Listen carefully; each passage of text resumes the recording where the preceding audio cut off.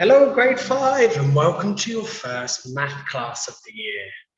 Okay, and in your first semester, we'll be using this green math book here. It says 5A on it. Okay, and as you can see, your first topic for the semester is on fractions, and today we'll be looking at comparing and ordering fractions. I hope nobody's hungry. Look at this pizza, isn't it wonderful? What do we have here? Pepperoni, mushrooms, black olives, green peppers, and of course cheese. Okay, but why are we looking at pizza in math class? Let's have a look why. Okay, whenever we talk about fractions, all we mean is one piece of a whole, okay, or part of a whole. And as you can see on the screen, you can see one whole pizza. So we would refer to that as one whole pizza. As a fraction, you can refer to it as 1/1. Okay. Now, if you had 1/2 of the pizza, we could refer to it as 1/2. Now let's have a look at this pizza here. How many pieces can you count? Let's have a look. 1, 2, 3, 4, 5, 6, 7, 8. That means each piece represents 1/8 of the pizza. Okay. Now imagine we stop there and 1, 2, 3, 4 pieces we have. So now we have 4/8. Okay. And then what's the remainder? Well, if you look inside the green semicircle, this remainder could be 4/8, or we could also say 1/2. So that means 4/8 is equal to 1/2. We call these equivalent fractions. So again, 1/2 is equal to 2/4, which is also equal to 4/8. Okay. Now, the top number in a fraction is called the numerator, and the bottom number in a fraction is called the denominator. Let's have a look at this picture here. How many pieces can we count? 1, 2, 3, 4, 5, 6, 7, 8, 9. That means our denominator for this fraction is going to be 9. Let's pretend we eat one piece. The piece we have eaten represents 1/9 of the pizza. Okay, I hope this makes sense so far. Now, what if someone asks you which fraction is greater, 1/3 or 2/5? Greater means bigger. Now, the way to do this type of problem is to make sure your denominators are the same number. And to do that, we must find the common multiple, or a common multiple. All right, remember the number 3 and remember the number 5. So here we have 3. Multiples of 3 include 3, plus 3 is 6, plus 3 is 9, then 12, 15, 18, and so on. So we're just going up by 3 each time.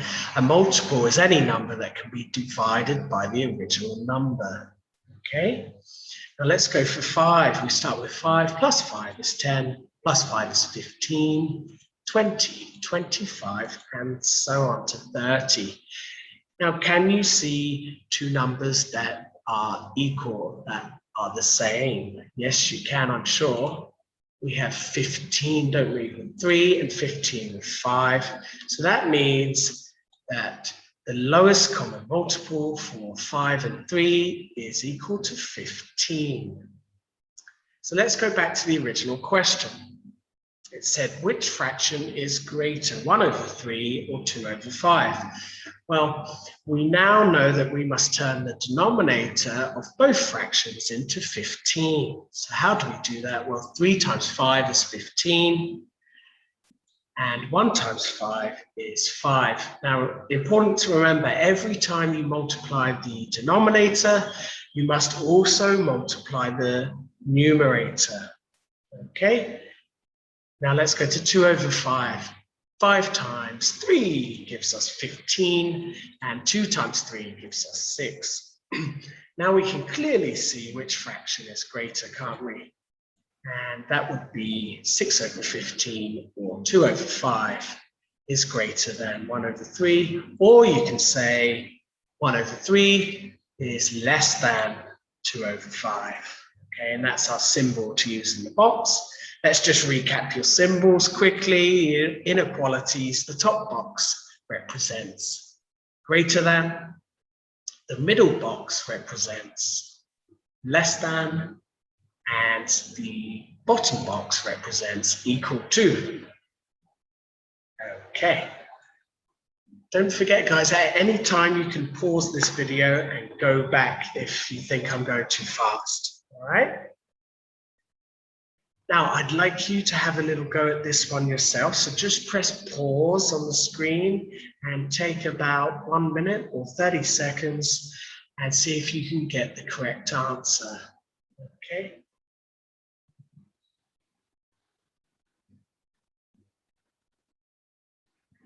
Okay, we're back. So the question was 2 over 3 and 3 over 4, which is it greater than, less than, or equal to? Well, let's have a look. First job is we need to get the denominators the same, don't we? So how do we do that? Well, 3 times 4 gives us 12. 2 times 4 gives us 8. Okay, so our common multiple will be 12, won't it? 4 times 3 gives us 12, and 3 times 3 gives us 9, doesn't it? So now we can clearly see which fraction is bigger. And so we would say 2 over 3 is less than 3 over 4. Okay, good. Now, how about turning a mixed number into an improper fraction? So on the left of your screen, you have a mixed number, don't you? 1 and 2 over 3. And on the right of your screen, you have an improper fraction, 5 over 3. Now, how do we turn 1 and 2 over 3 into 5 over 3? Well, let's have a look. Simple steps, 2 simple steps. The whole number 1, you must multiply by the denominator, 3. And then you must plus 2 onto that. So it looks like this. 1 times 3 plus 2 gives us 5. And the 5 you put as the numerator, okay? And we borrow the denominator from the mixed number and we put it with the improper fraction. So 1 and 2 over 3 is equal to 5 over 3, okay? Good. Let's have a look at the opposite. So how do we turn an improper fraction into a mixed number? Well, we have 7 over 3 here as our improper fraction, and we must use division this time. Okay, so we must divide 7 by 3, which gives us 2 and a remainder of 1. 2 goes as our whole number, and our remainder goes as the numerator, and we borrow the same denominator from the improper fraction, and we put it as the denominator in the mixed number. Okay, so now we have 7 over 3 is equal to 2 and 1 over 3. Okay, good. Let's move on. Now, what if someone asks you,